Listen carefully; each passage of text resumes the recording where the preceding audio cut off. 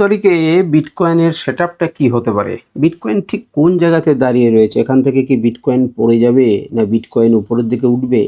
একটা ক্রুশিয়াল জায়গাতে তো রয়েছে এবং সেই যে ক্রুশিয়াল জায়গা সেই জায়গাটা আমরা বোঝার চেষ্টা করব এবং আমাদের যে দুটো প্যারামিটারকে মাল্টি টাইম ফ্রেমে অ্যানালিসিস করার আগে যে দুটো প্যারামিটারকে আমরা দেখার চেষ্টা করি যে সেটা হচ্ছে ডলার ইনডেক্স এবং বিটিসি ডমিনেন্স, সেই দুটোকে দিয়েও কিন্তু আমরা বোঝার চেষ্টা করব যে আগামী দিনে বিটকয়েনের সাথে কি হতে পারে এবং তার সাথে যে ক্রুশিয়াল বললাম সেই ক্রুশিয়াল কথাটি কেন ব্যবহার করলাম সেটাকেও কিন্তু আমরা বোঝার চেষ্টা করব।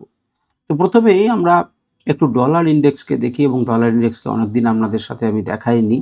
তো এখানে দেখে কি মনে হচ্ছে এটিকে আমি নতুন আপনাদের সাথে আঁকলাম, আপনাদের দেখানোর আগেই আমি আঁকলাম।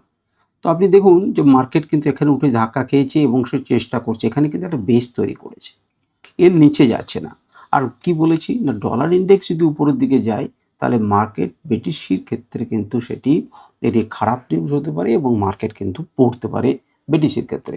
তো দেখুন এ প্রথমবার ধাক্কা খেয়েছে পারেনি, নিচে এসছে, পরের বার ধাক্কা খেয়েছে পারেনি, আবার চেষ্টা করছে, ধাক্কা খেয়ে নেমে গেছে, আবার কিন্তু ধীরে ধীরে চেষ্টা করছে, কিন্তু যতবারই সে নিচে নামছে একটা জায়গার নিচে কিন্তু সে যাচ্ছে না, অর্থাৎ নিচের পজিশনটাকে কিন্তু সে হোল্ড করে রেখেছে।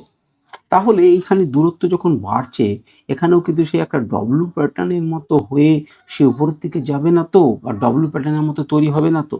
এখানে গিয়ে উপরে যাবে কি যাবে না সেটা পরের প্রশ্ন, এখানে ধাক্কা আছে কি আছে, কিন্তু এটাকে ব্রেক করে যদি সে উপরের দিকে চলে যায় তাহলে এইটুকু গেলে পরে বিটকয়েন কিন্তু কিছুটা পর্যন্ত কারেকশন হতে পারে। তার মানে এখানে ডলার ইন্ডেক্সকে দেখে বুঝতে পারছি সে কিন্তু একটা চেষ্টা করছে, এমন নয় যে চেষ্টা করছে না। কিন্তু এর বিপরীত কথা কিন্তু বলছে কে, সেটা হচ্ছে আমাদের বিটিসি ডমিনেন্স। বিটিসি ডমিনেন্স বলছে ক্রিপ্টোকারেন্সিতে বিটিসির কিন্তু প্রভাব বাড়ছে এবং প্রভাব ধীরে ধীরে বিটিসিতে কিন্তু পজিশন লোকে তৈরি করছে, কিন্তু তৈরি করলেই হবে না, সে কিন্তু এই উচ্চতাটাকে পেরোতে পারছে না কয়েকদিন থেকে, চারটে দিন ধরে কিন্তু সে এখানে পেরোতে পারছে না। এবং যদি তাকিয়ে দেখেন তাহলে দেখবেন যে এখানে কিন্তু একটা রেজিস্ট্যান্সও আছে, তাহলে মার্কেট কিন্তু এখান থেকে ধাক্কা খেয়ে আরও খানিকটা নিচে নামতে পারে।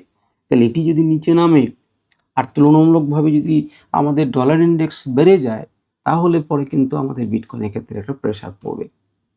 কেন এত প্রেশার নিয়ে আলোচনা করছি? বিটকয়েন যে জায়গাতে দাঁড়িয়ে রয়েছে ডেলি টাইম ফ্রেমে বা উইকলি 4 ঘন্টা টাইম ফ্রেমে, সেটা কিন্তু খুব একটা ভালো নয়। সেই পজিশনটাকে বোঝার চেষ্টা করুন, কেন ভালো নয় বলছেন? আপনি তো বলছেন যে এখানে একটা সাপোর্ট আছে। সাপোর্ট আছে, সাপোর্ট আছে, সাপোর্টটাকে যতক্ষণ সে নিচ্ছে ততক্ষণই ভালো।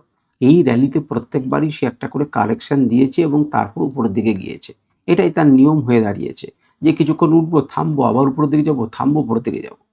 কিন্তু এখানে যে প্যাটার্নটা তৈরি করছিল সেটা হচ্ছে হায়ার হাই প্যাটার্ন তৈরি করছিল এবং তার সঙ্গে সঙ্গে হায়ার লো প্যাটার্ন তৈরি করছে।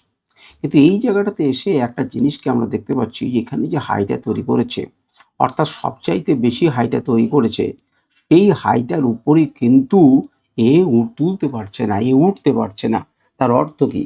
তার অর্থ হচ্ছে যে এখানে কিন্তু লোয়ার হাই প্যাটার্ন তৈরি করছে, লোয়ার হাই প্যাটার্ন তৈরি করেছে এবং তার সঙ্গে সঙ্গে প্রেশার পাচ্ছে।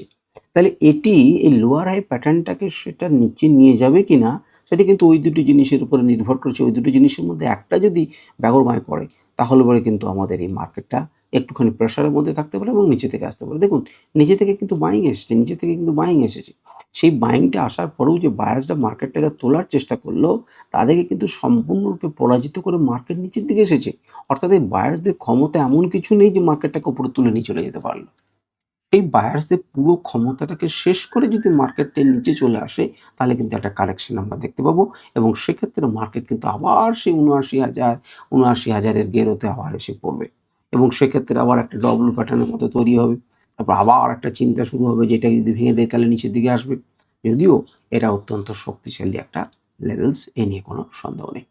তো যাই হোক, এটা ছাড়া আমাদেরকে যেটা দেখানোর কথা যে ধরুন এখানে যদি আমরা দেখি তাহলে দেখব যে লং এবং ফ্রেশ যারা ডেলি টাইম ফ্রেমে করবেন তারা লং করবেন এর উপরে এবং শর্ট করবেন এর নিচে। তো সেটা আমি ইন্ডিকেটারের সাথে দেখিয়ে দিলাম, আপনারা লেভেলসগুলোকে টেনে রাখতে পারেন, আপনাদেরকে কাজে দেবে। যারা সিঙ্গেল ইন্ডিকেটরকে ব্যবহার করেন তারা দেখবেন যে সিঙ্গেল ইন্ডিকেটর কিন্তু আগেই আমি বলেছি যে কেন এখান থেকে ধাক্কা খাচ্ছে, সেটি আগের দিন এক্সপ্লেন করলাম যে এই জায়গাটাকে পেরোতে পারছে না, পেরিয়ে দেখুন নিচের দিকে বারবার করে আসছে, এখন এইটিকে আপনাকে সাপোর্ট দিচ্ছে। আগের দিনও সাপোর্ট দিচ্ছিল, আজকেও সাপোর্ট দিচ্ছে, কিন্তু সাপোর্ট দিয়ে যদি নিচে আসে তাহলে 69,464 এবং তাকে যদি ব্রেক করে নেমে আসে তাহলে এই লেভেল পর্যন্ত কিন্তু আমরা পেয়ে যাব, যেটি হবে 78,500 এবং তারপর 78,044 এই পর্যন্ত সাপোর্ট রেজিস্ট্যান্স। এই লেভেলগুলোকেও আমার টেনে রাখুন, আমার যেটা ইচ্ছা সেটা করতে পারেন, কোনো অসুবিধা নেই, আপনাকে অ্যাকুরেটলি মার্কেট মান দেবে। 4 ঘন্টাতে আসুন, 4 ঘন্টাতে আরও ক্লিয়ারলি আপনি বুঝতে পারবেন। 4 ঘন্টাতে দেখুন একটা চেষ্টা করেছে, খুব ভালো। এখান থেকে যে চেষ্টা করেছিল তার এতদূর নিয়ে গেছে, কিন্তু এখান থেকে যে চেষ্টা করলো সে এতদূর নিয়ে যেতে পারলো। তাহলে তুলনামূলকভাবে আপনার কি মনে হচ্ছে, এই বায়ার্সের ক্ষমতা বেশি ছিল, এই বায়ার্সের ক্ষমতা বেশি আছে? এই বায়ার্সের ক্ষমতা বেশি ছিল, এর অত ক্ষমতা নেই। এবং একে যে পরাজিত করেছিল একে কে পরাজিত করেছে দেখুন, একটি বড় ক্যান্ডেল দুম করে মাটিতে ছেঁচড়ে ফেলেছে এবং তারপর সে চেষ্টা করেছে, কিন্তু চেষ্টা করলেও এখান থেকে যে এতটা তুলতে পেরেছিল এখান থেকে এইটুকু তুলতে পেরেছে। তার মানে এখানে পরিষ্কার clear cut lower high pattern তৈরি করছে, আবার এর সাথেও লোয়ার হাই প্যাটার্ন তৈরি করছে।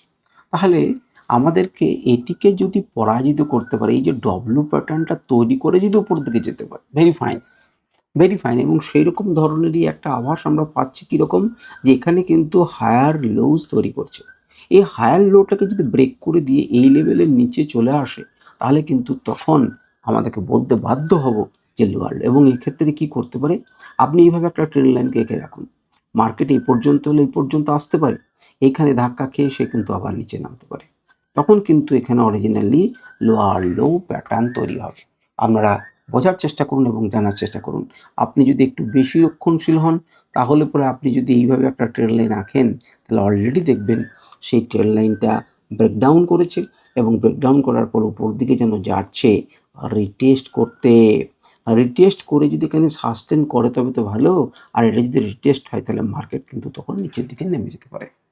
আমরা যদি ইন্ডিকেটরের কথা বলি তাহলে দেখব যেখানে অলরেডি কিন্তু একটা সেল সিগন্যাল জেনারেট হয়েছে এবং সেল সিগন্যাল জেনারেট হওয়ার পর মার্কেট কিন্তু উপরের দিকে যাওয়ার চেষ্টা করছে। এই জোনটা কিন্তু একটা রেজিস্ট্যান্স জোন হিসেবে আমরা মান্যতা দেবো, কারণ এই লেভেলটাকে ব্রেকডাউন এবং তারপর রিটেস্ট যেটি আপনাদেরকে বলছিলাম সেটি কিন্তু ইন্ডিকেটারও দেখাচ্ছে এবং ইন্ডিকেটার কিন্তু তারপর নেক্সট লেভেল যদিও খুব কাছ অব্দি ঘুরে এসেছে, নেক্সট লেভেল এটাকে যদি ভাঙে তাহলে পরের লেভেল, আপনারা সব জানেন এগুলো, আমি আপনাদেরকে নতুন করে বলছি না। কিন্তু ক্রুশিয়াল লেভেল কেন বলছি, ক্রুশিয়াল লেভেল কেন বলছি, ইন্ডিকেটারগুলোকে সরিয়ে আপনাদেরকে দেখানোর চেষ্টা করি।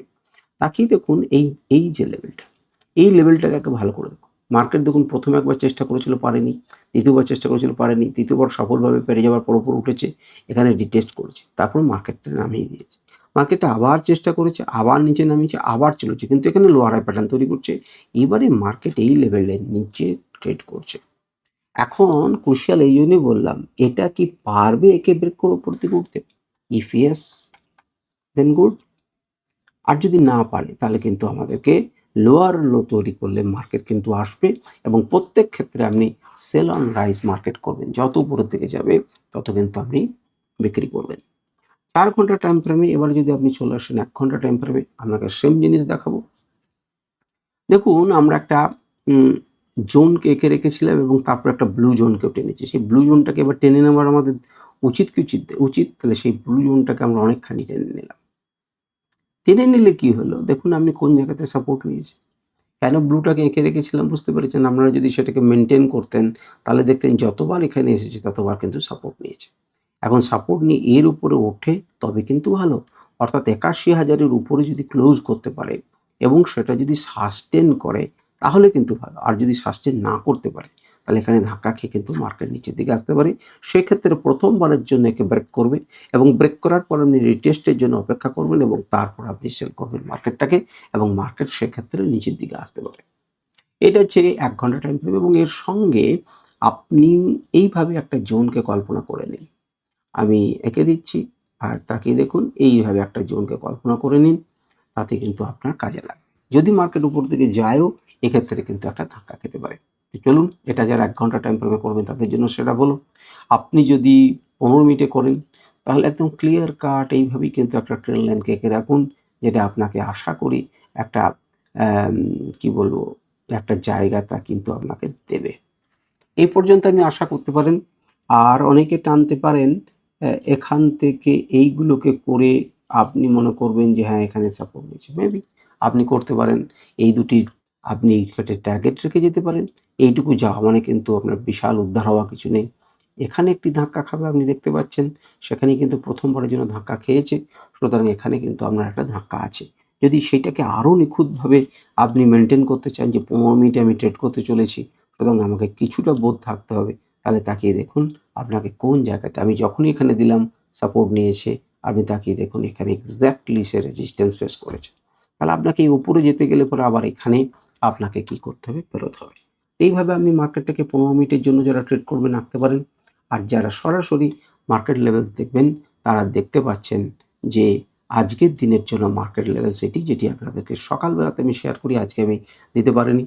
তো যখন নিচে এসে যে যতবার রিভার্সাল জোন থেকে প্রবাবিলিটি রিভার্সাল থেকে ১ নাম্বার, ২ নাম্বার, ৩ নাম্বার, ৪ নাম্বার, আজকে ৪ নাম্বারের জায়গাতে এসেছি। সুতরাং খুব তীব্রভাবে মার্কেট উপরের দিকে ওঠার চেষ্টা করবে এবং ওঠার চেষ্টাটাই করছে। দ্বিতীয়বার ফেলার চেষ্টা করছে, তাকিয়ে দেখুন আবার এই জায়গা থেকে মার্কেট কিন্তু হয়েছে। তো এই জায়গাটাতে এখন আপনি হারিয়ে ফেলেছেন। এখন এখানে গেলে পরে মার্কেট রিঅ্যাক্ট করবে, উপরে সাস্টেন করলে তবেই উপরে, আদারওয়াইজ নিচে। সুতরাং এর সাহায্যেও আপনারা ট্রেড করতে পারেন। আজকে যদি সারা রাত করেন, নিচের দিকে এই যে কালারগুলো দেখছেন, এই কালারগুলো একটাতে ভ্যালু আছে, সেই ভ্যালুর স্ক্রিনশট নিয়ে নিন বা স্টপ করে রাখুন। এই কালারগুলোকে নোট করুন। এই নোট করা অনুযায়ী এই জোনগুলোকে তৈরি হচ্ছে এবং সেই অনুযায়ী আপনারা নিজেরা মানিয়ে নিতে পারবেন। তো যাই হোক, আজকে ভিডিও পর্যন্তই। নমস্কার, ধন্যবাদ, ভালো থাকবেন, সুস্থ থাকবেন এবং আপনাদের কোনো প্রশ্ন থাকলে অবশ্যই